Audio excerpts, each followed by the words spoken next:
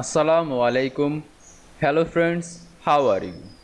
Welcome back to my another video. In this video, I am going to show you how to add horizontal guide in Adobe InDesign. Let's get started. At first, you have to open your Adobe InDesign software. Then open your document or create your document. Now you can see here are my document. Now I add horizontal guide in this document. Press Ctrl plus R to add horizontal guide. Now you can see here are guide option. Now I simply just drag on this guideline. You can use many of those guides, horizontal guides. Now you can see I add horizontal guide in Adobe InDesign very easily. I hope you enjoyed my video.